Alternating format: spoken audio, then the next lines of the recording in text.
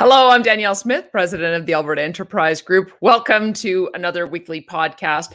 We're continuing on our theme of looking at how to address the challenge of net zero. And we've looked at it from the perspective of the emission side. We've looked at new technologies.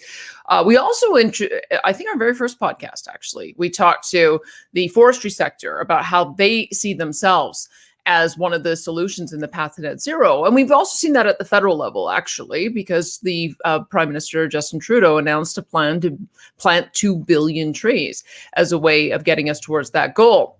There's another really important way, though, that we can not only look at how we improve the amount of sequestration capacity in soils, but also manage landscapes for biodiversity and a broader range of environmental values. Now, as you probably know, when I got started in advocacy, it was with the Canadian Property Rights Research Institute. That was created as a project of the Western Stockgrowers Association. They just had a very successful cattle drive in 1996, and they set up an institute so that we could examine issues of property rights and try to advance their importance at not only the provincial, but at the federal level as well.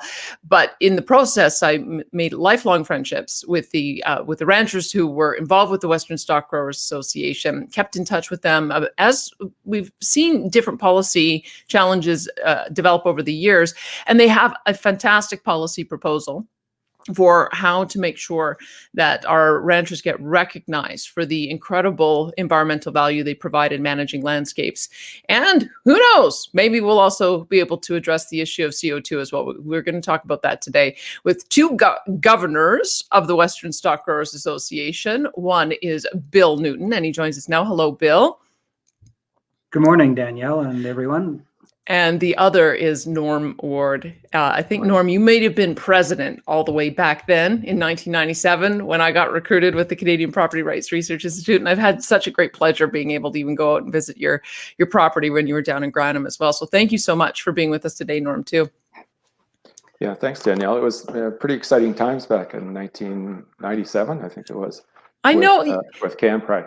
Yeah, I know. And you guys called yourself the voice of free market environmentalism since 1896. I wonder if we can start there, Norman, and tell us just so your context for that, because I know from our history together that I think our ranching community looks at themselves as environmentalists and land stewards as much as they do cattle producers. So tell me why you called yourself the voice of free market environmentalism.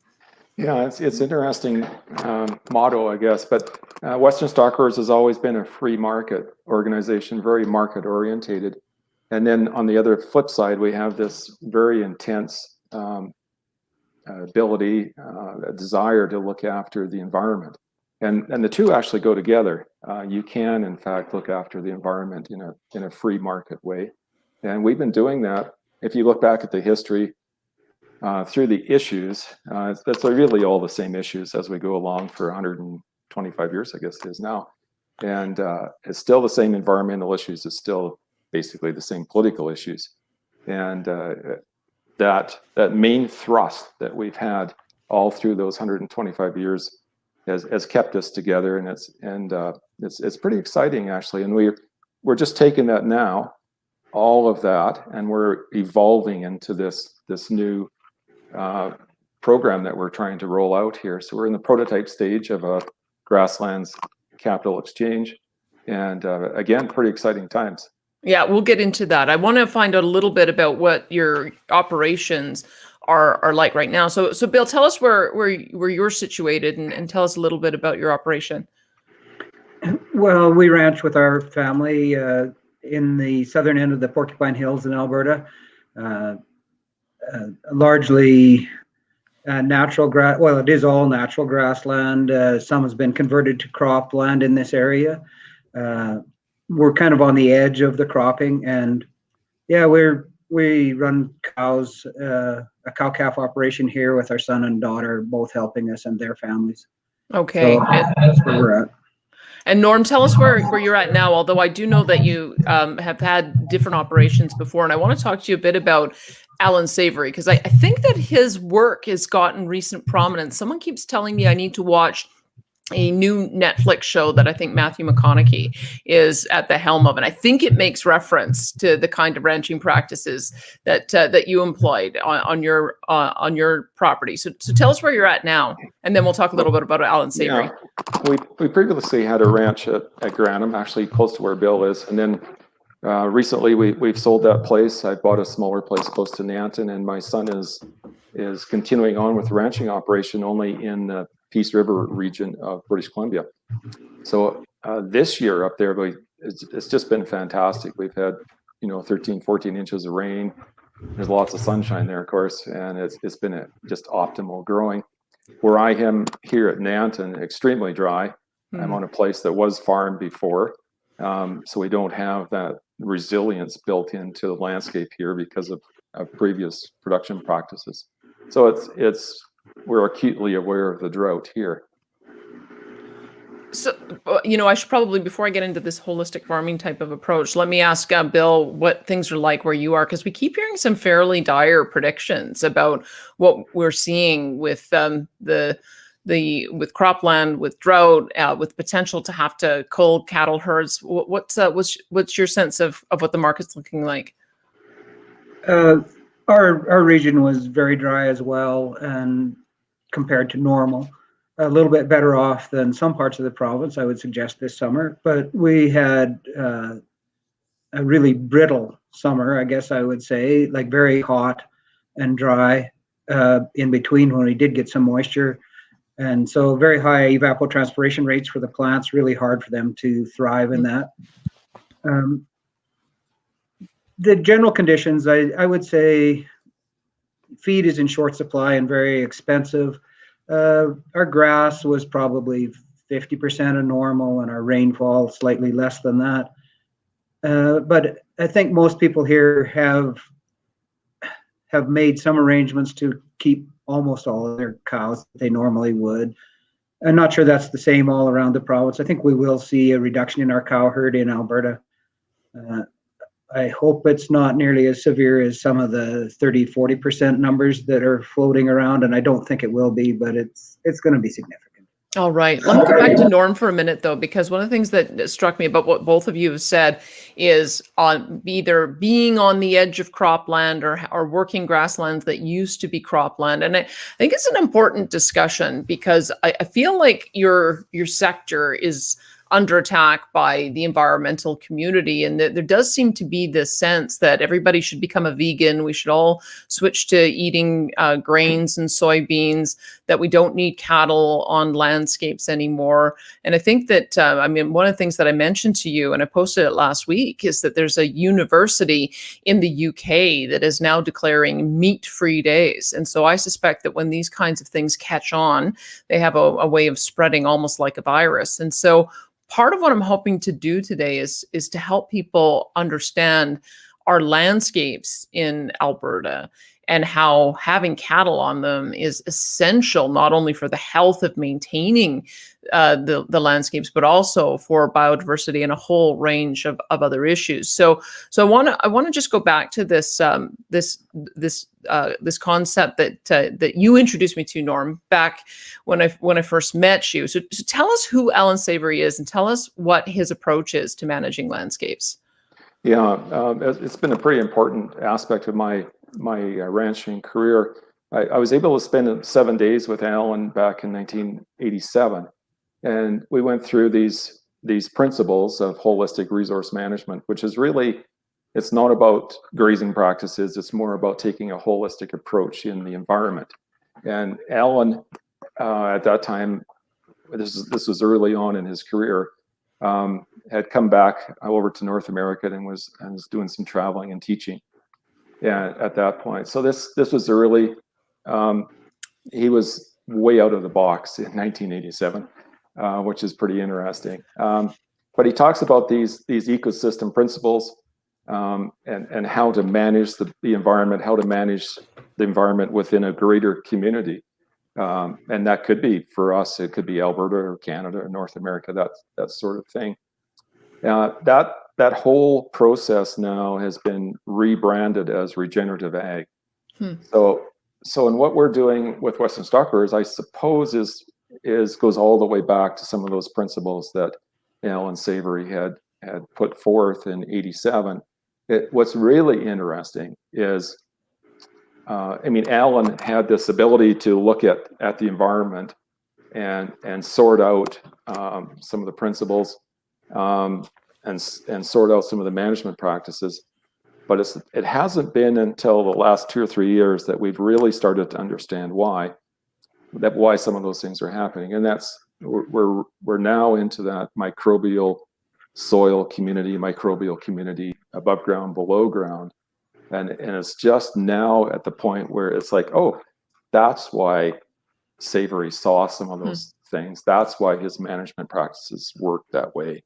And we've sort of gone full circle. Scientific community is coming on board, and we have this whole rebirth, I would suggest, of regenerative agriculture. That's fantastic. Okay, so Bill, I want to, as I'm looking to grab a PowerPoint, which we're going to share, and we will talk to the PowerPoint as well. We'll have to probably spend a little bit of time explaining it because a lot of folks who listen to the podcast do so in audio only. But I think it's important for people to know just how detailed this proposal is and what it is that you're putting forward as a pilot project and why.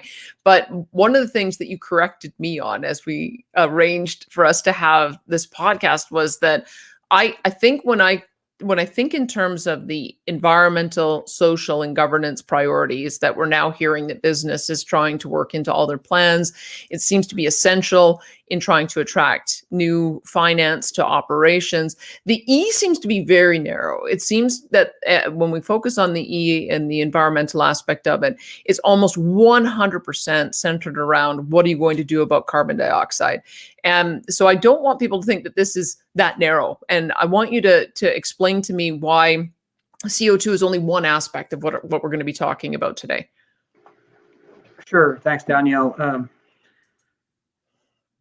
Certainly, we all are aware of how prominent greenhouse gases are in our conversations in society today, and the International Panel on Climate Change and their red code a couple of weeks ago or 3 weeks ago, and so this is sort of taken over the whole environmental side of the discussion. But it turns out that you need the entire suite of activities that make up a healthy environment to actually achieve carbon sequestration in soils or forests. So that means you have to have an effective water cycle. When rainfall occurs, you need to be able to capture it. It can't just run off. You need the microbes in the soil that Norman has already talked about actively working to supply the plants with minerals and the plants feeding those microbes. And that all depends on a very diverse suite of both animals, plants, and microorganisms. So you need wildlife, you need it more than just a monoculture crop. All of those things drive the actual sequestration of carbon that has taken over the entire conversation. And so that's why it's so important. Okay, so sorry, I was sort of working on trying to get this PowerPoint set up. I think I've got it now, if you can see my screen share. And I wanted to just get you to walk through this. I've got the PowerPoint on my computer. And so you're calling it Grasslands Capital X, a conservation exchange pilot project. Maybe before we get into it, you can tell us conceptually where you got this idea, because there's a couple of things that I find interesting. Number one is it doesn't require government to do anything. And number two, we're seeing, again, free enterprise working to identify a need and connect different players. You guys have one part of it, but there's also companies that need what it is you're providing. But I think that you said that there's an example of how this type of exchange already works with Bill Gates and an Australian ranch, I think is what you told me. Can you tell that story so that we can put that into the context of what this is trying to achieve? Sure, I can relate a little bit of detail about that. It was the Wilmot Cattle Company in Australia who had been doing some soil work and measuring their soil organic matter or their soil carbon, and they had actually instituted some of those grazing practices that Alan Savory recommended all those years ago. And as a result, they tracked an increase in their soil organic carbon. And so then they got in touch with a company in California, in the United States, I think, and said, "Hey, look, we've increased our soil organic carbon, and we think we should qualify for some sort of carbon credit here." And that company in California marketed it to Microsoft for $500,000. The cattle station is about 4,000 hectares, so what's that, 9,000 acres roughly. They had increased their soil carbon on average from 2.5% to 4.5%. That calculated out to, I think, 43,000 or 44,000 tons of carbon dioxide equivalent. And so the price per ton of carbon dioxide equivalent wasn't all that high, $11 or $12. But this ranch, this cattle station in Australia, was able to market their environmental services. They actually marketed that as a carbon plus, because not only did they achieve the enhanced carbon storage in the soil, they also recognized that along with that came more diversity and better water cycle and those sorts of things that affected their own resilience in their operation. That's amazing. Norm, let me ask you this as well, just before we get into the presentation, is the sense that I've gotten up until now is that there's a real reluctance on the part of those of you who are doing this work to monetize it, or there has been. It's almost like this notion of, well, we're doing it anyway. Why should there be extra dollars associated with it? I think there is sort of a sense that and even maybe on the part of politicians is why should you be compensated for what you're doing anyway? And I'm wondering if there's been a bit of a change in attitude about this, because my view of it is that the carbon taxes are coming your way, that we're all going to be facing $170 per ton in charges on carbon dioxide that gets emitted. Why wouldn't we want to compensate with those of you who are able to find a way to sequester it an equivalent amount? I mean, maybe it's only $12 per ton today in what you were just describing in this Australian deal, but one day, especially if the Liberals get reelected, it will be $170 per ton, and that actually changes the economics altogether. But I just want to understand a bit about whether there's a resistance to this type of approach within the ranching community, if there's a split, or if people are now kind of embracing that because they know where we're headed.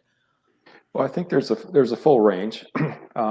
What's interesting is as the carbon in the soil goes up through your own management, and that's pretty key, because with management changes, you can actually sequester more carbon.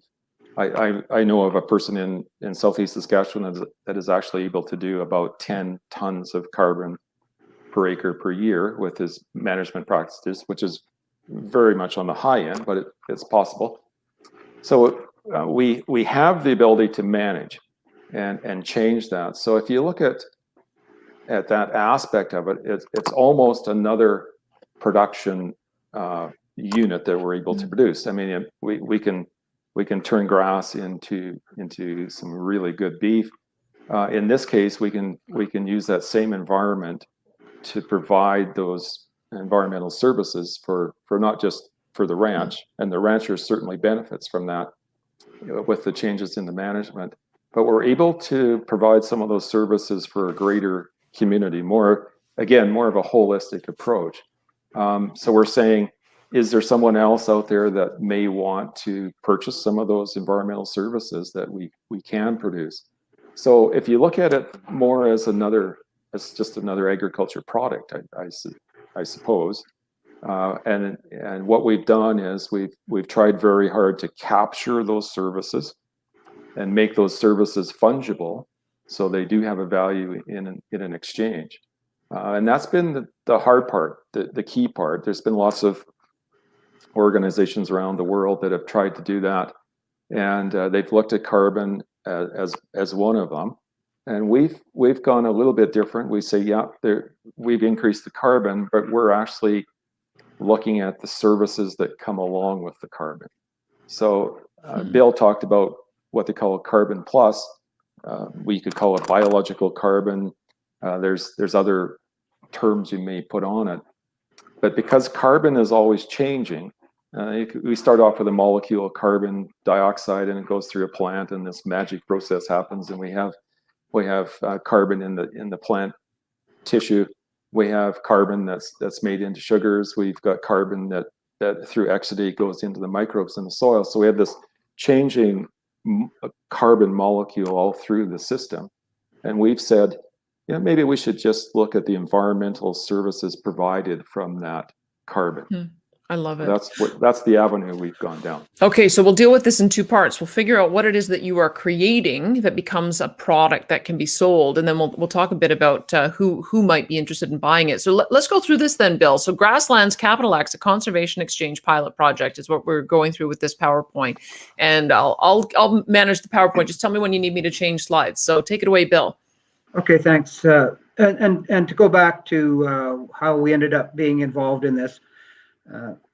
While ranchers do care very deeply about their environment and their range land, it is a fact that we continue to lose grasslands to other uses, and that's largely driven by higher economic returns from those other uses. And so, going back into the early 2000s, I was quite interested in these ecosystem services markets, and through that I ended up on an advisory committee to a project that Alberta Biodiversity Monitoring Institute was doing to put a financial value on certain ecosystem services. Water purification was one of those, pollinators was another, and grasslands was a third that they were looking at. So I'd had a fairly long history working with ABMI, and in early 2020, ABMI, Alberta Innovates through ABMI, wanted to do a pilot project on a market-based approach to grasslands conservation. So Western Stockgrowers Association accepted the lead on that project. We got some funding from Alberta Innovates initially to start this, and a little bit of additional funding from Environment and Climate Change Canada in the spring of 2021. We had our first meeting on this in May of 2020, so that's where we came from. And the objective of the project was to make ecological goods and services markets more mainstream and to design a market-based approach to grassland conservation. So I think we can move to the next slide, Danielle. Okay. And the first presentation we did of this, I don't know if your slide advanced. Oh, it did. I just want to make sure that you can see the advance on it. Norm?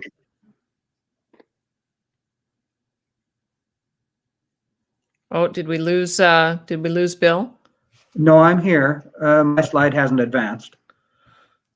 Let me just check in with Norm to make sure that it advanced on your end, because it's advanced on my computer. Did it advance on your end, Norm? No, it didn't. No. Oh, darn it. What's going on here? Did it advance now? Not yet. All right. Well, this is clearly a user error. So let me try this one more time and I'll see if I can get it to advance. We've got the production of ecosystem services benefits. Once I get this up, then you'll be able to talk to it. So just tell us what the first phase of the project is here. Okay. Well, actually, we can go to the production of ecosystem services benefits. In regards to how much grassland has been converted, at one point we had a slide in the presentation that was a picture of a team of horses and a horse-drawn mower mowing hay, and that picture came from the Tallgrass Prairie Park in the United States. And at one time there was 170 million acres of tallgrass prairie, of which very, very little remains as grassland. Yeah, there you have the slide. And this slide, actually, we did this presentation at the Western Stockgrowers Association summer and annual meeting, which was held at a ranch west of Nanton. And we had a neighbor who worked there as a young man in the 1940s, so 80 years ago. And he said at that time, when you cut hay with horses, in some of those meadows, the wild strawberries were so thick that the horses stepping on them and squishing the juice out of them would paint their pasterns red. And the ranch used Clydesdale horses, so they had those feather-footed horses that would end up with red pasterns by the end of the day. And that really has always stuck with me as an image of what that ecosystem must have been like to have that good of water, energy, mineral cycles, and that much biodiversity, that you had this fellow cutting wild hay, natural native grass hay, and yet there was all those strawberries in there. And so the microenvironment where those strawberries were growing, we all know what they take: lots of organic matter, lots of moisture. It must have been phenomenal. And so I had that slide in, and we can move to the next one, just to paint the picture of what we had at one point in time, I guess. All right. Did the screen advance? Sorry, I'm in a. Yes, okay, perfect. I think we got it nailed. Continue. Yeah. So in that, when that fellow was cutting hay, there was ecosystem services benefits coming out of that grassland. The strawberries that he probably ate at lunchtime, the hay that the rancher got, the water cycle that provided water, that made sure that the stream going from that ranch on towards Natten ran all summer, the wildlife habitat, all of those are ecosystem services benefits. But the production of ecosystem services benefits is not an accident. It's the result of high intention, sincere effort, intelligent direction, and skillful execution. And we can shift which ecosystem services we produce by our management decisions. And certainly that's what has happened in large part with annual crop agriculture and cultivation. They produce huge amounts of food, which is an ecosystem service benefit. But they do that at the expense of other ecosystem services, such as biodiversity, for example. So what we produce in terms of ecosystem services is not just an accident. It's determined by our management decisions, and those decisions are very complex.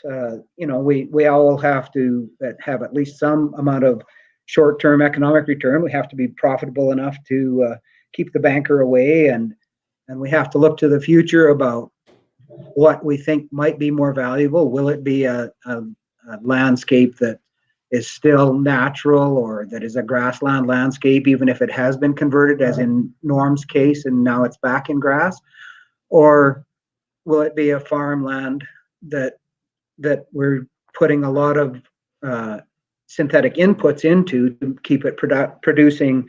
And it certainly produces lots of dollars worth of product, but it also requires lots of dollars of input. So all of those things guide our decision making, or affect our decision making, when we're deciding how to manage these lands and what uses to put them to. Now, Bill, I think that's worth underscoring, because there is sort of an ethic I've seen in the environmental community that they want to protect lands. They want to sort of build a fence around them and let nature take care of itself. And I think it's important to underscore that with active management, we can actually end up with more biodiversity, better ecosystems, and healthier landscapes than simply building a fence around it. That's what I just took from what you just said. Certainly that's the case, and we have a slide coming up where we'll discuss that a little bit more. But the what comes off of these lands is a result of the management decisions, and the management decisions reflect the economic reality. And unfortunately, many of the ecosystem services produced off ranch lands have not, until this point in time, had an economic return. So we've been storing carbon but not getting paid for it. We've been providing biodiversity but not getting paid for it. We've been providing recreational opportunities but not getting paid for it. And so as a result of that, over time, I get old and my grandkids run it for a while, and they suddenly have either different interests or an economic challenge, and they sell off a quarter section for rural residential, or for cultivation, or for whatever higher economic return there is, and that land is lost as grassland. So I guess that's why we think it's very important to address this market gap in terms of ecosystem services that are coming off of grasslands. I think we can go to the next slide.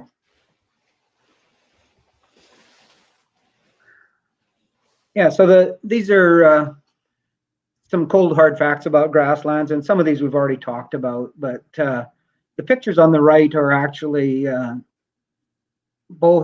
both edges of our property. The one at the top is a neighbor on one extreme of our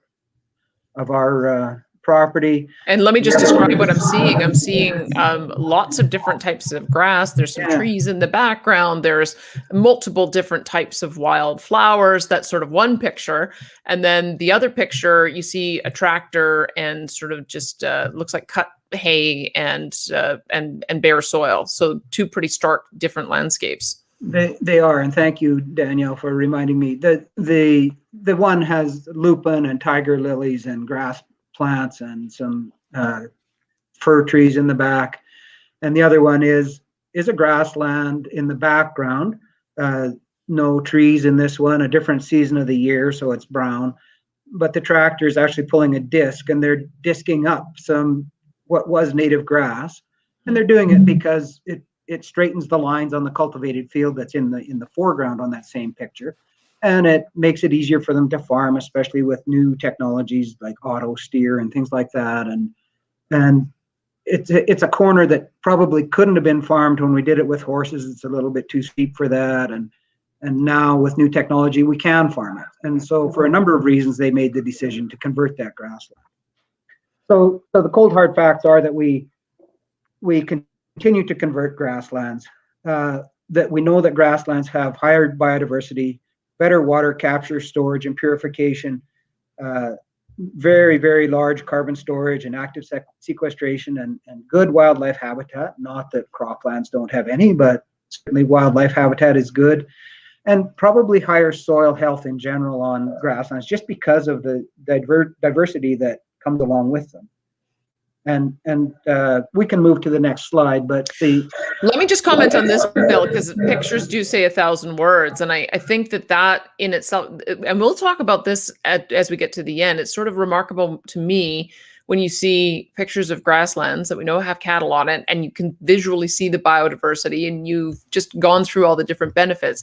It's still remarkable to me that your industry is targeted by environmentalists. It's so obvious just by looking at that picture that maintaining those landscapes is wonderful across a full range of support for the environment. So anyway, I just want to make that editorial comment. We'll get more into that a little bit later. Next slide. We're talking about conversion now.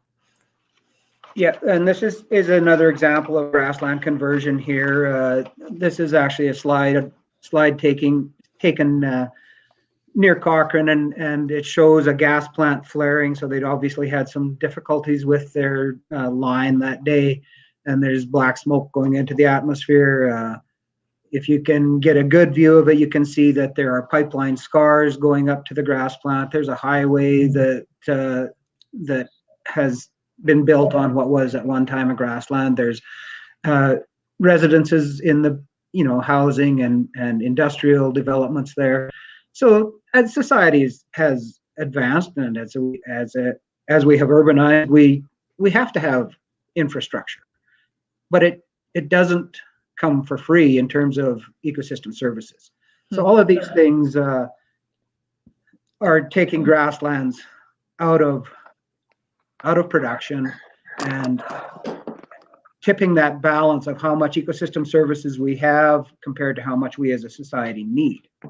We can move on, I think. In addition to that conversion where they either plow it up with a plow, or we as a society build roads on it or houses, there's also a thing that I think we could talk about called functional conversion. And this relates back to your comments about needing the cattle, because a grassland is a disturbance-dependent ecosystem. It needs to be disturbed appropriately for it to continue to thrive. And if we take the cattle totally out of it, especially in a dry or brittle environment, we just see the bare ground in between plants increasing.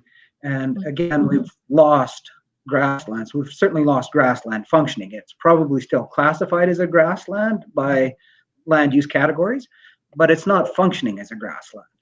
And so we can do this with underuse over rest. We can also do this with overgrazing. So it's an appropriate level of disturbance that's critical. You know, Bill, it's funny because no one ever talks about the underuse aspect, because I think in all of when I go back to thinking of economics and tragedy of the commons, that was always sort of the example, is the overgrazing. And so people, I think, understand that you can damage landscapes from overgrazing. But I think it might be a revelation that for some people that you can damage landscapes by undergrazing too. And I wonder if you could just elaborate on that a little bit more. Certainly I can, and I might ask Norm to pitch in a bit here, but these grass plants, and I think we can move to the next slide. I think it probably is. Yeah. So this is saying that grasslands are these disturbance-based or disturbance-dependent ecosystems.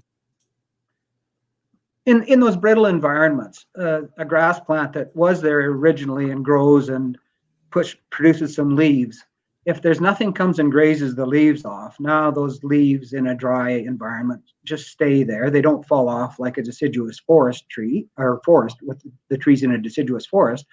The leaves stay there, so they shade the ground. Now the new leaves trying to come up don't get the sunlight they need. They also represent nutrients that should be returned to the soil, but in a dry, brittle environment, the microbes can't break them down and return them to the soil. So they just sit there and oxidize over a long period of time. And as a result, the spacing of the plants becomes further apart, and the health of the grassland deteriorates, and the nutrients are not being recycled. And it's actually one of the reasons ruminants are so important. If you can imagine a rainforest with fairly warm temperatures and lots of humidity, and we know that's kind of what microbes like to grow in. Your bread drawer is an example. In a rainforest, those are the conditions that exist. So the plant material there recycles effectively in the absence of grazing. In a brittle environment, a dry environment like I just described, and like the previous picture, the microbes can't break down those leaves because it's too dry and probably not the right temperature. But inside the rumen of the cow, it's moist and the right temperature. And so the cow takes the dry plant material in, and the microbes in the rumen are the biodigester. They're the rainforest in a brittle environment. And so that's how we achieve nutrient cycling and defoliation. And in addition to that, there's this thing called animal impact. The hooves of the animals actually press seeds into the ground, and it's again the entire system that is dependent on all of its parts to function. And so, yeah, in terms of underuse being as bad as overuse, we don't hear about it, and that's largely because rest is really easy to implement, right? Like, oh, that grassland doesn't look too healthy, let's rest it.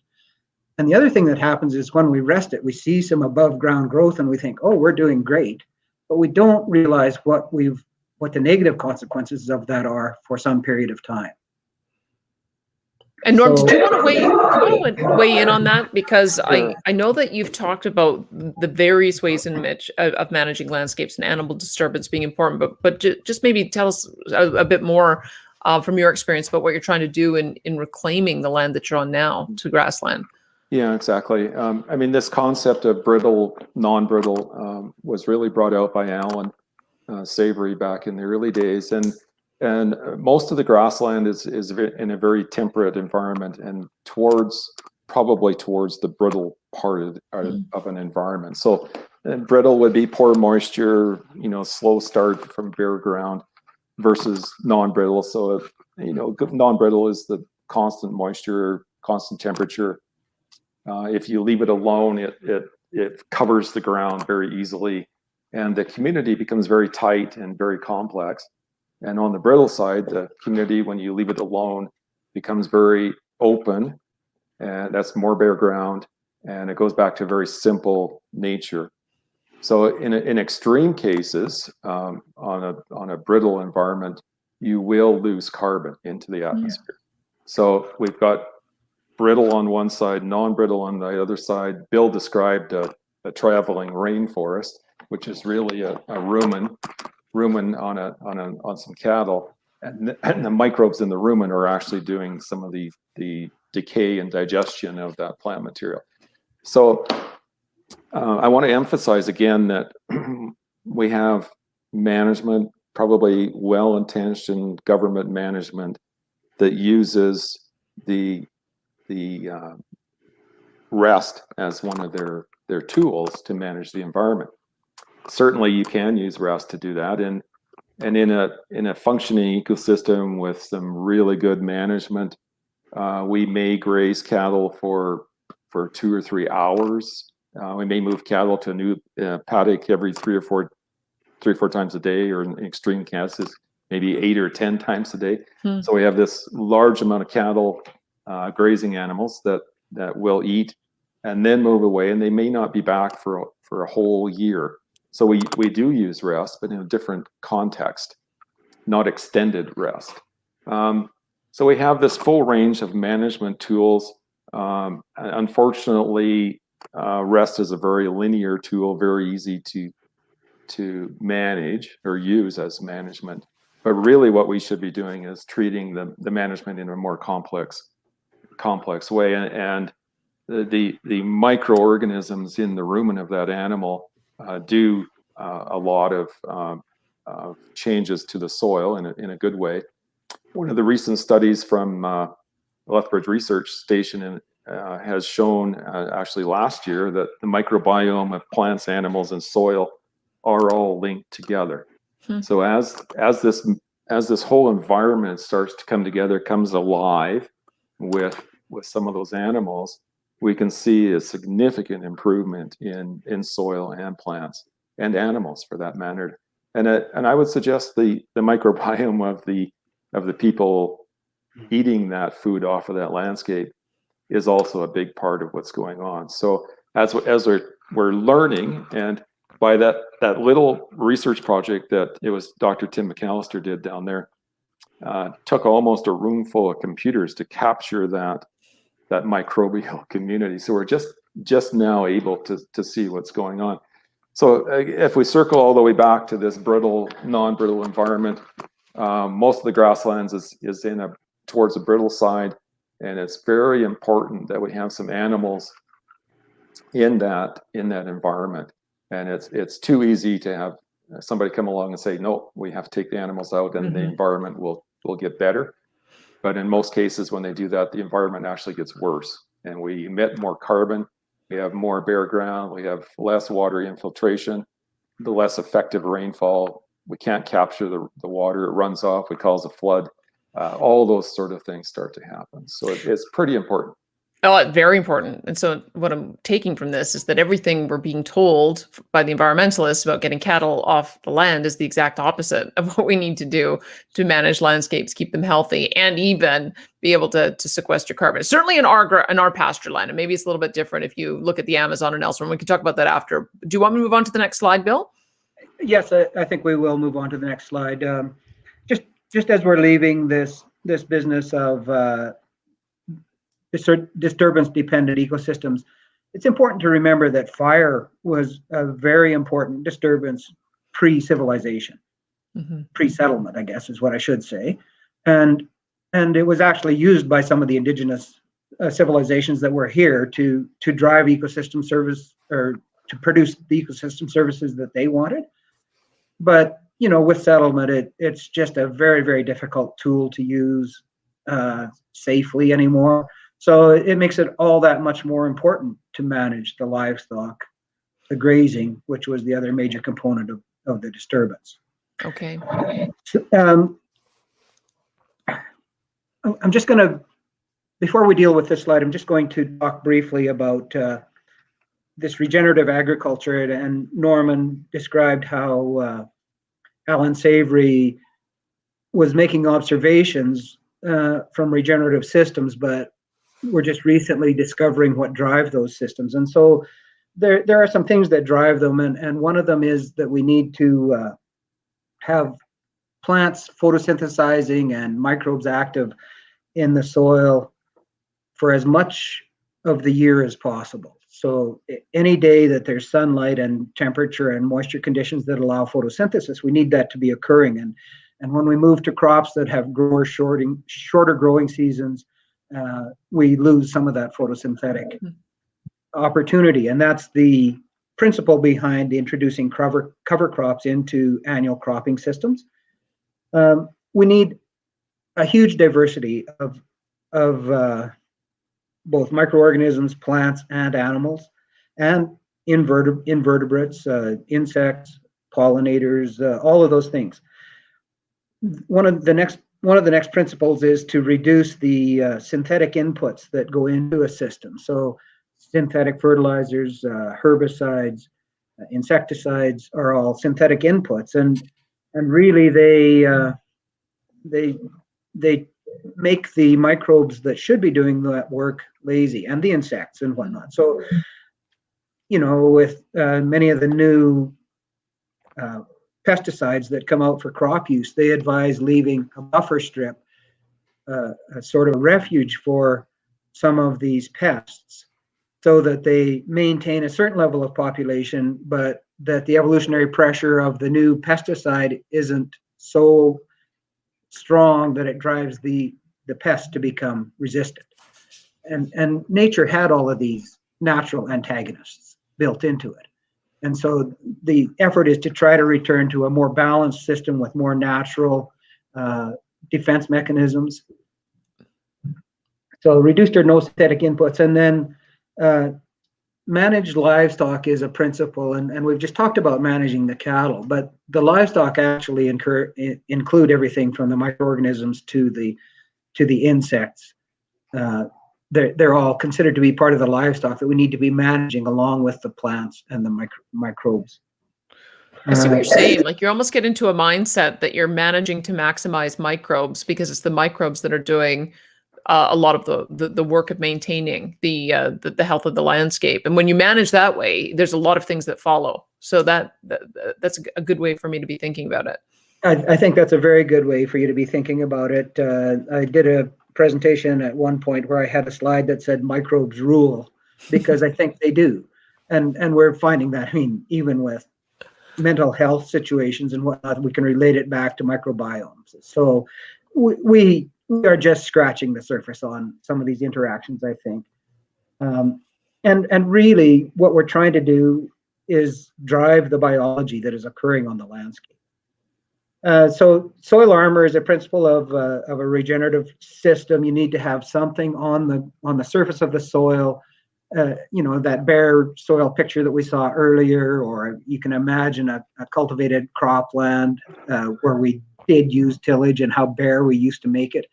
And so there's no protection from wind erosion or evaporation or the sun beating down on it to really raise the soil temperature. So soil armor is considered a principle. And then the final principle is reduced or zero tillage of these lands. And that's because we're discovering how intricate and extensive the microbial interconnections are in the soil. So there are fungi that actually have highways, fungal highways to transport goods along. And when we till the soil, we disrupt those. Huh.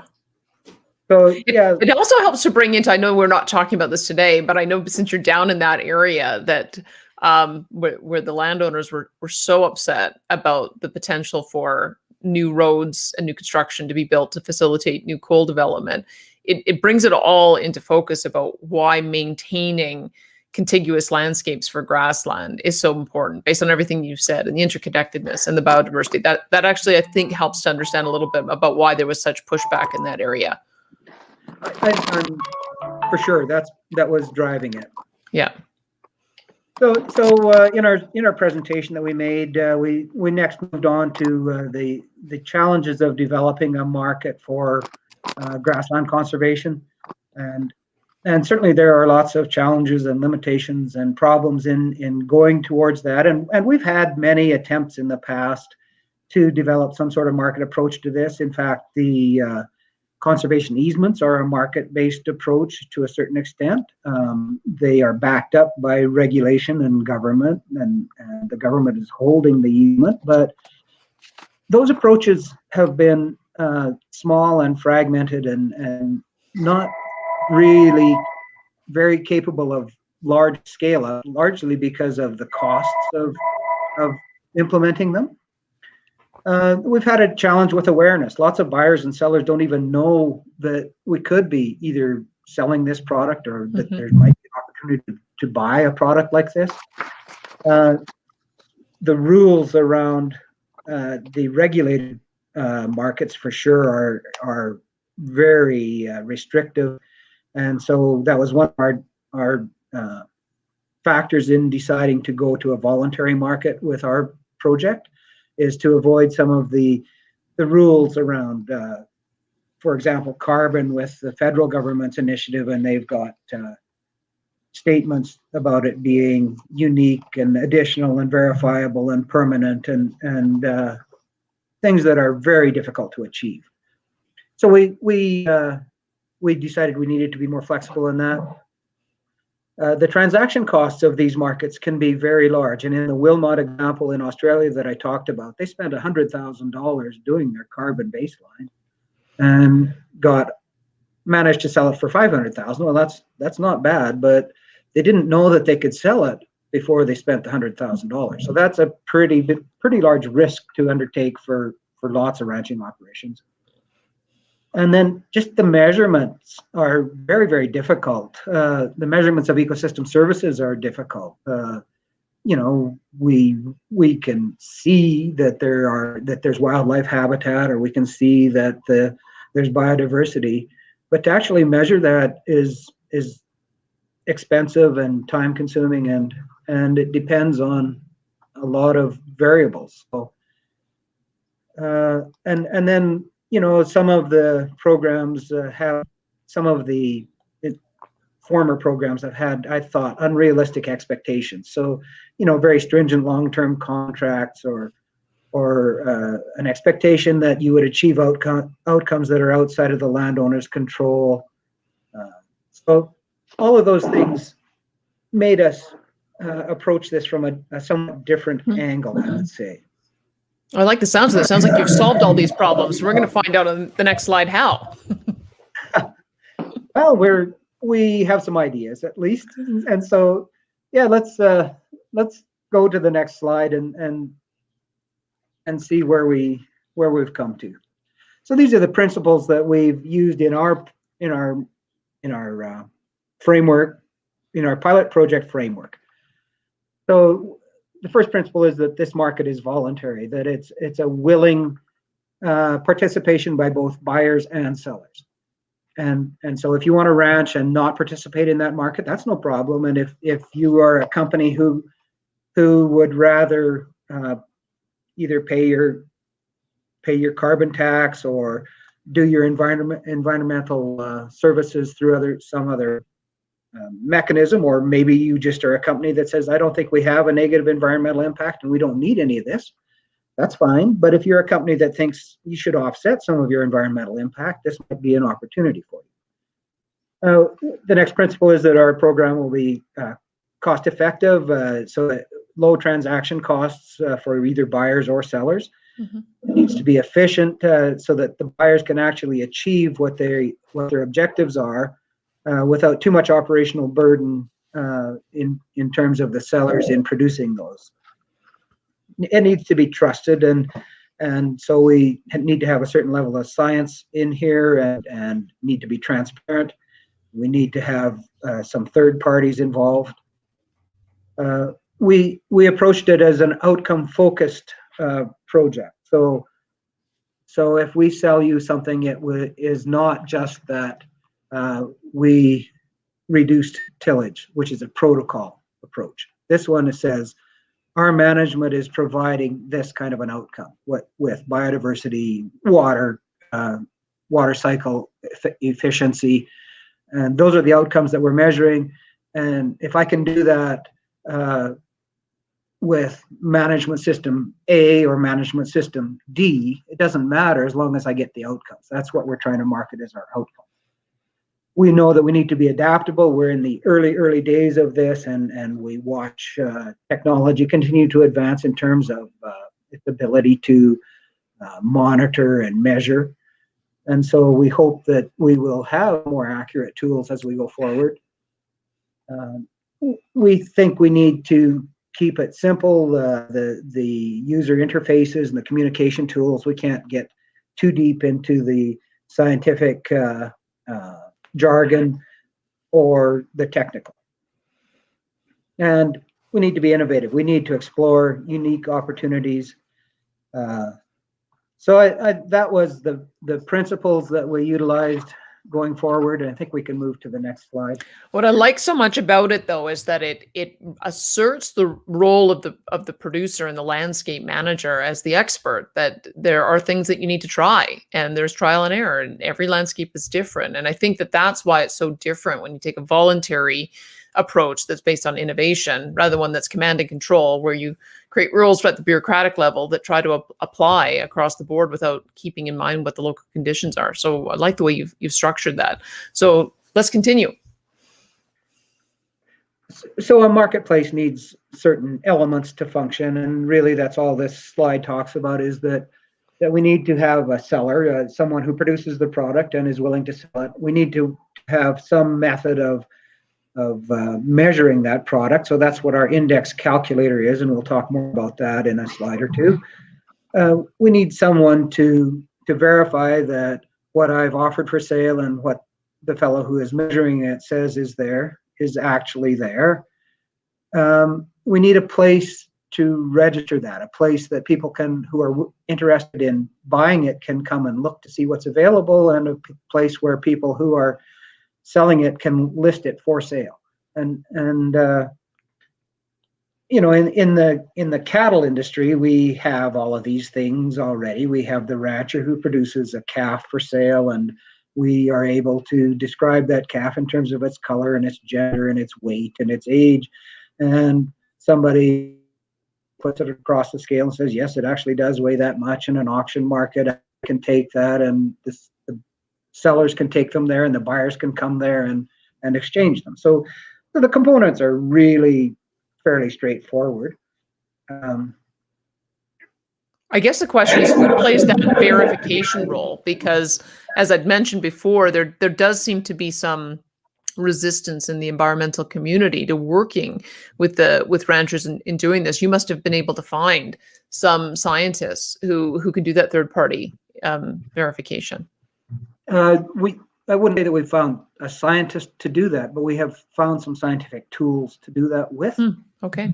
And we're in early days too. And so really the verifier just has to be someone that both the buyers and the sellers trust. And that needs to be based on some science and some system of measurement that is repeatable. So yeah, we're still working out some of the fine details of this, but that's where we're getting to. So this is a slide entitled "What is Traded and What is Measured," and we really struggled for quite a period of time as an advisory committee on this pilot project to actually define what it was we were selling. Like we realized we wanted to sell something that is an outcome. We wanted to have that be an outcome of good grassland management. And we finally landed on an index. And the index it was in the previous slide as the index calculator, but the index applies to a geographic piece of land, like a quarter section of land or a section of land or a township of land. Choose whatever you want. But the index that is applied to that takes into consideration the biodiversity on that land. It takes into consideration the soil health on that land, the way that land is functioning in the water cycle, and then a little bit on what we'll call succession or culture or aesthetic, all of those things combined. And so we actually split that out as a committee. We recommended a 30-30-30-10 split on that.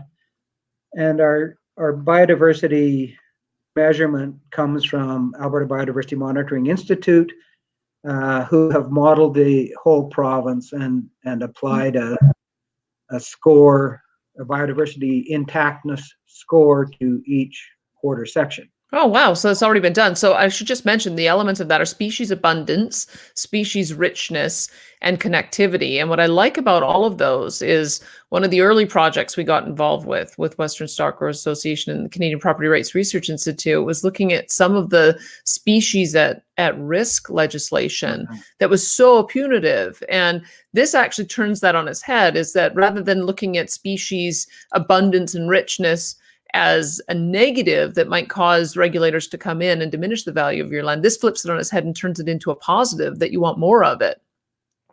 Exactly. And ABMI doesn't just model this stuff. Like, they have these monitoring sites scattered throughout the province, randomly scattered around. And so they actually go out and see what's there. And then they look at the surrounding lands from the monitoring sites and model to get you to an intactness, biodiversity intactness score. And exactly what you said, the species abundance and richness. So they look for species that they would expect to be in a grassland in southwestern Alberta or northeastern Alberta. They look for species that they would not expect to be in a grassland, so that detracts from your score. If you don't have as much of what would be expected to be there, your score is a little lower. If you have all of the elements that should be there, you get a very good score. If you have too much of what should not be there, that's obviously reducing your intactness index score as well. And then they actually do bring in this idea of the connectivity. So, I mean, that's been one of our big challenges in the grasslands and from wildlife perspectives as well, is to ensure that we don't fragment the landscape too much.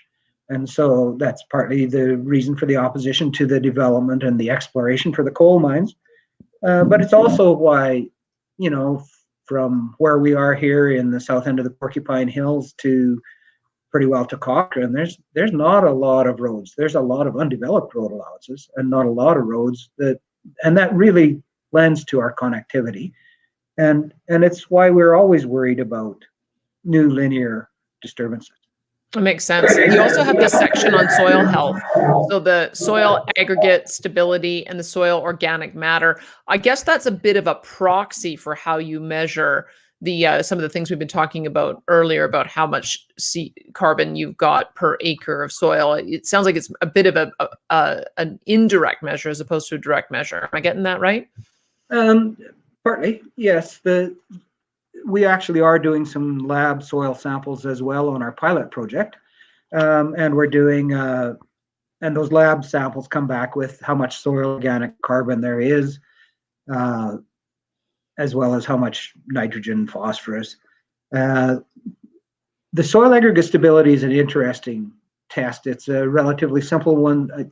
I mean, it can be complicated if you want to do it in a lab, but you can do a rough and dirty soil aggregate stability test in the field for very little cost. And really what you do is you take a sample of soil and you screen it through a couple of different size screens to get to 1 to 2 millimeter size aggregates, little balls of soil. And then you put water in that. And if the soil comes apart, if that 1 to 2 millimeter soil particle breaks down into finer elements, then you get turbidity in the water. But some of these microorganisms in the soil that promote the water holding capacity they're produced by these arbuscular mycorrhizal fungi, I think is what produces them, and they're called glomalin, and those glue the soil particles together so that those tiny particles, those 1 to 2 millimeter particles, don't break down when you add water. And so it's a relatively simple test to evaluate your soil health. So that's what I meant by when I talk about our verifier. Well, we're using some science here, but still trying to keep it practical and affordable. Well, you've talked before about how important water is in giving the health to the microbes. You've got that whole other section, water, where you look at riparian areas, water Right. storage volume, and water quality. Those seem pretty straightforward, but is there any more you want to say about the measurement of that? Well, the some of that comes from ABMI's data set as well. They know what wetlands should be there, and so if you don't have wetlands that should be there, that you would obviously lose points. I guess what I would say here is that as we get to these more extremes of weather events, it becomes even more important for our soils to be able to take in the rainfall as it happens, even if it's in a large rainfall event that only happens every 6 weeks or something like that. Sudden large downpours. And so the rate that the soil can take that in and the ability to hold that moisture and prevent it from just running either through the soil or off of the surface is becoming more and more important. And so what we're trying to do we actually do a water infiltration rate test on these sites to see how fast the soil can take in the equivalent of an inch of rain. And so that gives it that has some weight in the scoring for the water. The culture and people part, this is to ensure that we have some intergenerational knowledge transfer, because we think that's very important in managing these grasslands. This brings in whether there's indigenous uses or plants or abilities for indigenous communities to use these grasslands, at least in some fashion, like they did at one point in time. Brings in recreation, the opportunity for recreation. So that factors in. And really what we've decided we are selling is the management on a specific parcel of land for a specified period of time, such as to maintain or improve the biological index. So this index we just calculated has come from the management that has been applied to the land. And what we're saying is we will continue to manage that piece of land to achieve those same outcomes and the buyer and the seller can negotiate the term, 1 year, 10 years, 30 years. We've left that flexible because we're pretty sure if we say we will continue to manage that land in that fashion forever, we won't have sellers. And if we did have sellers, we wouldn't have buyers who could afford it. That makes so much sense. And I'll add just another comment here, because when we're talking about environmental social governance, this brings that social aspect in. So it makes it more valuable for a buyer who's wanting to broaden out their portfolio so that they could demonstrate to those who are going to invest in their company that they care about the environment and the social aspect. So I think that's really important. And then also, whenever I've seen these kinds of land easements in the past, you're right, it's kind of been forever and ever. And this allows for that flexibility, not only to make changes to the landscapes over time if you're going to, but presumably if you've got a multi-year contract, to get compensated on an annual basis for those for the active management of the landscapes too. Is that where you're going with this? We certainly are open to that. Yeah, we understand that, you know, if I commit to a 20-year term on this land, the purchaser of that commitment needs some assurance that I don't take the money and in year 3 just say, it's better in canola and plow it all up.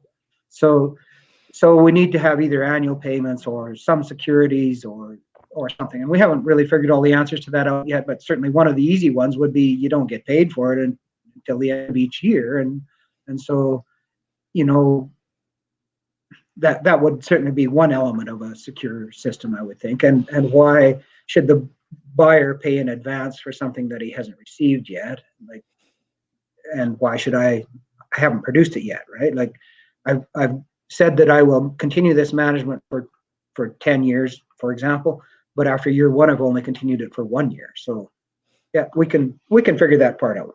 Okay, we've got 2 more slides left, it looks like. So let's go to the next one. Sure.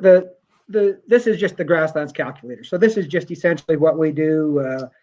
You know, on all of what we talked about on the last slide, we just say, okay, Bill Newton's ranch, and he's nominated this quarter section here, and so we know what the overall index score came to, and we have someone on the ground on each of these pilot sites. We only have about 8 pilot sites to date, but someone's been on the ground and he has actually ground truthed with ABMI that their score would be appropriate for that land. He's taken pictures, he's taken soil samples. We don't have all of the results back yet. Anyway, we just come up with this score. And so this is what would be entered into the registry, is this quarter section of land with this score, and hopefully some drone footage or something to more accurately describe it. And hopefully, like on a larger map, people can look and see how it fits in with connectivity and things like that. And that's what we propose to market. I think that's all we had on that one. And then, yeah, where are we now? Well, we do have these pilot sites, and we've done the preliminary evaluation of them. We don't have them into the registry yet. This is a next steps and recommendations slide, and we know that we need to continuously improve the science and the innovation. We need stronger indicators and more refined assessment processes and additional metrics, and we think those are coming. You know, there's satellites now that can actually measure the moisture, the water vapor, and that might be a proxy for plant respiration and even microbial respiration. We think that we need to unlock the complexity of data collection and measurement and management. It's currently way too difficult to get the data that we need. We know we need a lot more development of our market infrastructure. Our index calculator is got the essential components, but it's not as refined as it could be. And then the verification in the registry, we're just starting to develop, and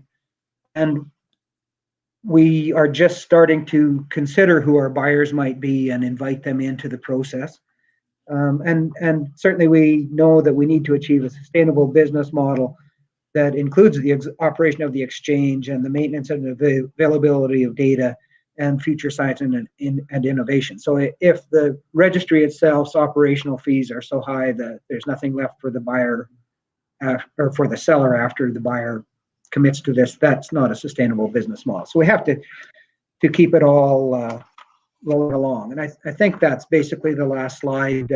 Let me just say who else is in partnership with this. You've got Western Stock Growers with Eco Services Network, with Alberta Biodiversity Monitoring Institute, Alberta Innovates, and also funded in part by the Government of Canada. That actually that gives me some pause for I think just to comment that it's nice that the federal government under the current leadership has recognized that this is an important aspect for them to be looking at, because I do sometimes worry that the political rhetoric out there doesn't reflect what's actually happening on the ground. So that's actually a pretty good sign, and hopefully that'll continue regardless of who ends up forming government. But let me put it over to Norm for a minute, because this to me, it has the potential to be quite transformative from the perspective of creating a new revenue stream for our ranching community, so that we can have a bit better balance about how those landscapes get developed in the future. Because as Bill was saying at the beginning, if your only option is, okay, well, get more revenue by hiving off some for cropland, or get more revenue by hiving off a quarter for development, or selling it to if you're next to the city for an urban development, then we'll start losing our grasslands. But if you can create new revenue streams, then it changes the economics of it. So would you mind commenting on that a bit, about what you think might change if this gets widely adopted? Yeah, that's a really good point, because there's opportunity there for additional revenue on a ranch situation or a grassland situation. So if we circle all the way back to where we started, free market environmentalists since 1896, and that's what Western Stock Growers has done. This is still the same theme that I think we've able to achieve. So we take some, as Alan Savory would talk about, these ecosystem building blocks. That would be a water cycle, functioning water cycle, a functioning mineral cycle, energy flow, which is really the conversion of sunlight into plants that function within the environment. And this succession, Alan talks about plant succession, but there's this social succession as well. And on a ranching environment, it's a family operation for the most part, and we have to make sure that those those family members or new entrants come into the operation. It's not only good to have young plants and old plants, we still need to have young people and older people in that same environment. So we can talk about succession in a different way. So what we've really done is we've taken a free market approach using these very basic ecosystem functions and able to put that into what we think would be an excellent product that we can enter in exchange. On the flip side of that, we have buyers out there that really would like to have some of those services.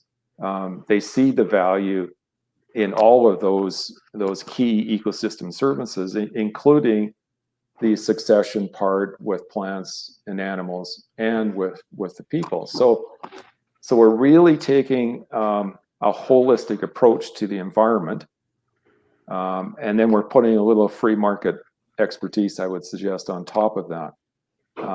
And it's sort of a new product, yeah.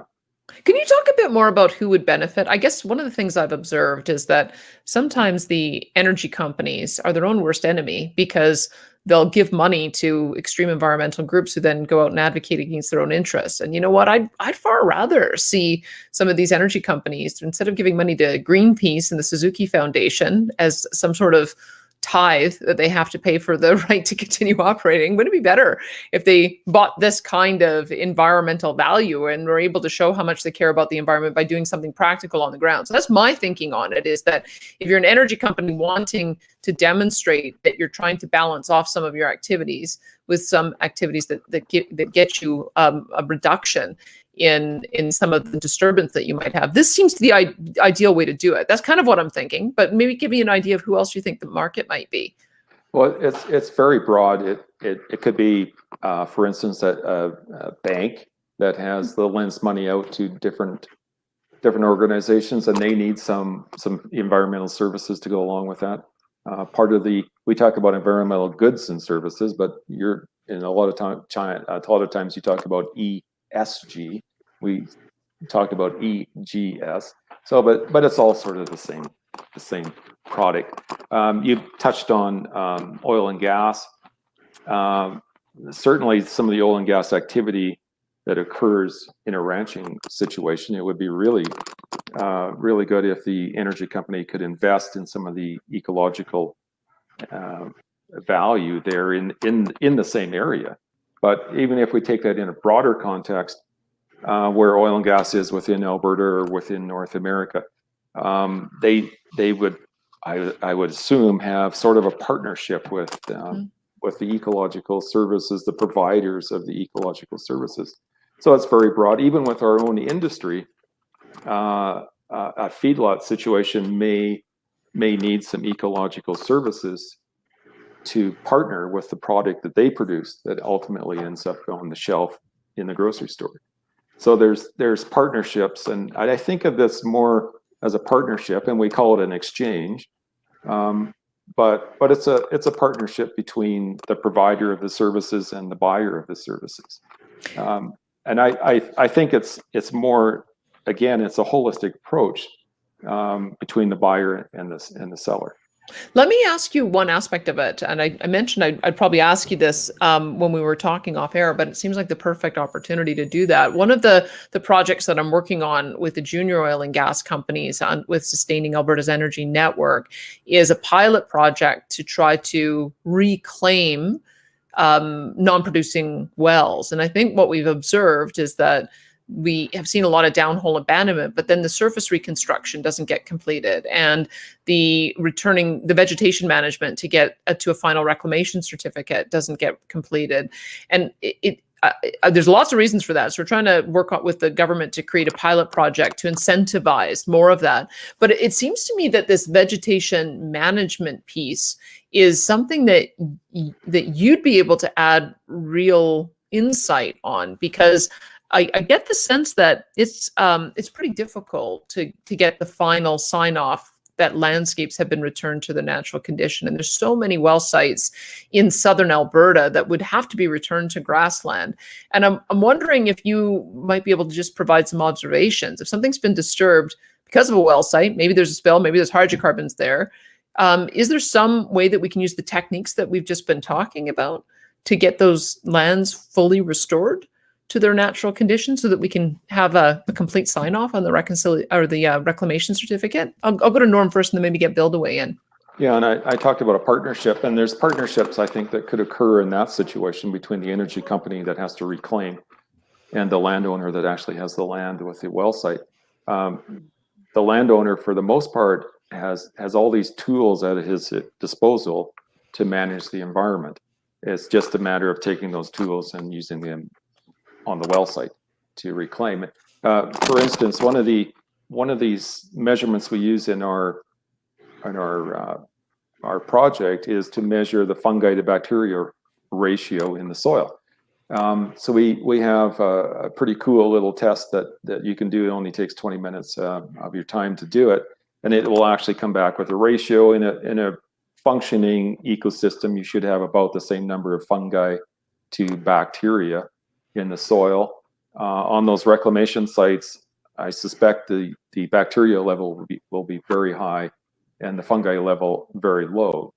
So as you take some of those management tools that we use in ranching, we may be able to help change that ratio in the soil. And it's really about reclaiming those well sites to a productive, healthy ecosystem. So I think there's an opportunity for some partnerships there. And instead, of course, we have this linear management that the oil company has to do. We end up fencing the site off, so we don't have livestock that go into it after they start to reclaim. So it's that use of rest that we don't like to use in a brittle environment. They're using that to help to reclaim these well sites, and it just doesn't work. That makes so much sense. I think a partnership would be really good. Yeah. I love that thought. Bill, did you have anything to add to that? Well, just briefly that, I think the current reclamation techniques are driven by the reclamation standards. The standards are 70% of previous vegetative cover or something like that. And so maybe if we were actually measuring the health of that ecosystem, of the soils and the plants, then we would use different techniques. And quite frankly, probably the only technique to return it to its natural state is to drive the biology, the what we've been talking about, to use all of the animals, plants, and microbes to drive the biology back to functioning.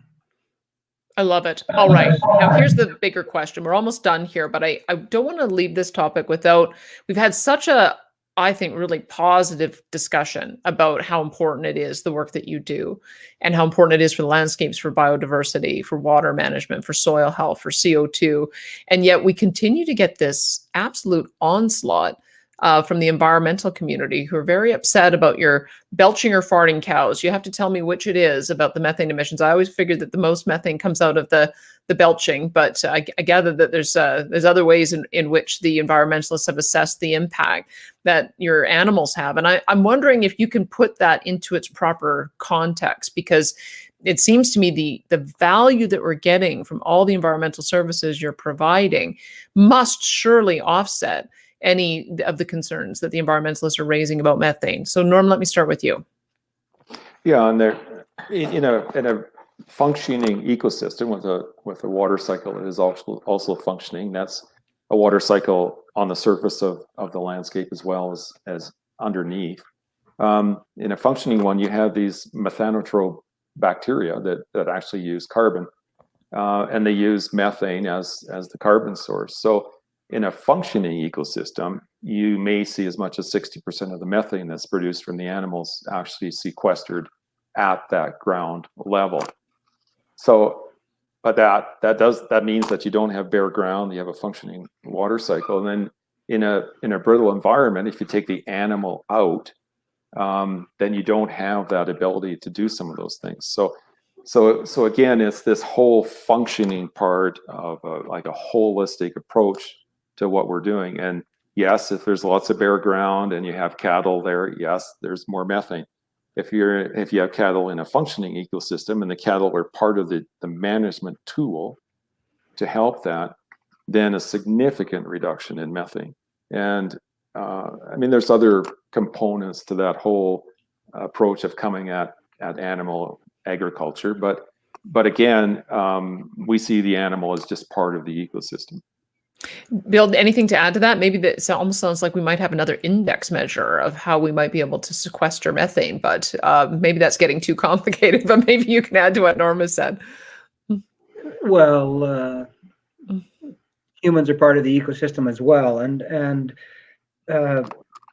so the ecosystem was in balance at one point in time, and I think could be again, and so I really do think it's important that we counter some of these environmental claims that cows are just universally bad. Certainly they emit methane, most of it through their belching, but those plants are going to break down in some fashion over a certain period of time anyway. And we already talked about the role of the rumen. And so that's where the methane is really coming from. It's from the microbial digestion of the plants, of the plant material. And whether it oxidizes or, that was one of my concerns when the IPCC did their analysis, is they didn't factor in that the plants would break down in the absence of animals as well. So all they did is they said, well, when it goes through an animal, we produce methane. And yes, we do. There's actually examples now where peatlands, very, very high organic matter, and they do emit methane in the absence of animals. It's looking like there's less methane emissions if we actually graze those peatlands than if they were just left undisturbed. So I think animals have got a really bad rap in all of this. And I just think that it's very important to recognize how much closer to balance grasslands with grazing animals on them are than even our cropping systems. Some of these researchers are coming up with up to 100 tons of carbon dioxide equivalent per acre difference in a very well managed cropland to a very well managed grassland. The cropland being that much lower. So that's a huge differential. If we looked at the biodiversity, there would be a very similar differential. I'm not sure that the water cycle function would be as dramatic, but I'm sure that it would be different with the grassland preferred. And so all of these things add up to, we have converted a ton of grassland in the last 100 years. And we continue to convert some more. And so I really think it's time we start saying, first thing to do is stop converting them where possible. And then next thing would be to start restoring them, or to restore at least the ecosystem functions that they provided. And we can do that with agronomic grasses, so seeding tame grasses into cultivated lands and grazing them appropriately. We can make some headway in annual croplands, and I'm not sure we're ever going to feed 9 billion people in a pastoral situation, but we can improve what we're doing on cropping lands as well, with cover crops and moving to a more natural nutrient system instead of all synthetic. I think there's tons of opportunity here. Our little pilot project is probably outgrown itself, but we certainly have learned a lot. We've had really good support. There's an advisory council for this project that is largely non-Western stock growers people who have other interests, and it's been very beneficial to have them help us along the way. So I love it. Norm, I want you to just make one final strong pitch about why. I'm a meatitarian, as you know. I have been for a long time. I try to eat beef as much as I can during the course of the week. We've got some lovely local butchers that we serve our restaurant with. And so I have been a huge enthusiast of the environmental and biodiversity aspects of the work that you do ever since you introduced me to it. I had Michael Schellenberger on one of my shows once, and he put into perspective what was happening in the Amazon, that a lot of the areas that are being cleared for ranching development are actually kind of marginal lands. And so he has a bit of a different perspective. I feel like there's a case we need to make here about the historic development of these grasslands. We haven't even really mentioned the bison, but I'm assuming that has kind of been one that, to me, in my own mind, that's one of the essential reasons why we need to maintain these grasslands, is that in nature, they develop that way, and they need to have animals on them to work it. But maybe you can sort of put into context, if there is any environmentalist out there who is still unpersuaded that cattle on Canadian pasture land is the best and highest use. Maybe just give me your reason why you think it is. Well, sure, and it's not really grassland against cropland, because there's significant changes in cropland now in a more regenerative process. But if we go back to, and a lot of people can go on YouTube and they can look at Gabe Brown out of South Dakota, who's done a lot of regenerative practices. One of the principles that he uses is integrating livestock back into a cropland situation. So this whole grassland exchange that we're talking about is, of course, on grassland, but we can extend that into a production or cereal production situation where there is cover crops that are integrated and livestock integrated. And it goes back to this whole microbiome that we're all part of, plants, animals, and soil, and people. And it's very hard to achieve that balance if we take one of those key drivers out, and that's the integration of livestock into the system. So it's not us against them. It's not cropland versus grassland. It's all part of the same process. And I think you'll probably see grasslands exchange maybe mold itself even into some more cropland areas. But with that comes some of the management that comes with one of those very important tools, which is livestock. Mm-hmm. And it's really the microbes in the rumen of those animals. It's the microbiome that's in the saliva. It's on the hair. It's everywhere within the plant. And this integration between all those components in the soil is really, and the environment is really what drives a healthy community. So healthy community out there on the exterior, but healthy community for humans as well. So I think you'll see a shift. We're seeing the shift on that regenerative process. So that's where we are now. I love it. Thank you so much for all the work that you've done on this over the years. I should mention, I'm actually doing a discussion next week about carbon markets, a carbon exchange, and carbon verification, because you're quite right. There is a lot of activity happening on this front. I know at least 5 different companies that are trying to create an online platform that allows for the trades that you're talking about. So I'm sure there'll be other opportunities to collaborate on this and share information. But thank you so much, both of you, for the work that you've done on this. Well, thanks, Danielle. Thanks for the opportunity. Yeah, you bet. It was great to visit with you, and really great to be able to take some time to thoroughly explore it. Thank you. I think it's really important. Maybe, Bill, I should just ask you, is there any takeaway that we need to have? Because it sounds like you don't really need government to do anything more to make this happen. It sounds like you're now created an organic situation where the players who are interested in this are finding those who are able to do this. But is there anything more that needs to be done to accelerate what your efforts are here? Well, we certainly need to get the word out, for one thing, and I guess I'm not sure I would go so far as to say that everything is just A-okay over on the government front. We still have some issues there with pore space ownership and things like that factor indirectly into this. I'm hopeful that some of the property rights task force can maybe address some of that. All right. You give me another one to do a follow-up with you on pore space. I've got a lot of people interested in that one too. Thanks again so much for your time today, Bill. Sure appreciate it. That was Bill Newton, Governor, Western Stockers Association, and Norm Ward, also Governor of the Western Stockers Association. And that was their grasslands conservation project, which interesting, just dovetails into so many other things that we've been talking about. Hope you enjoyed that. If you missed any part of it, as you know, we make all of these presentations available on podcast after the broadcast. We will be back at it again next week. We're going to try to continue to stick with this time slot, 9 a.m. Thursday morning, so that you can tune in and know that you're going to get us. I'm Danielle Smith, president of the Alberta Enterprise Group. Thanks so much again for tuning in.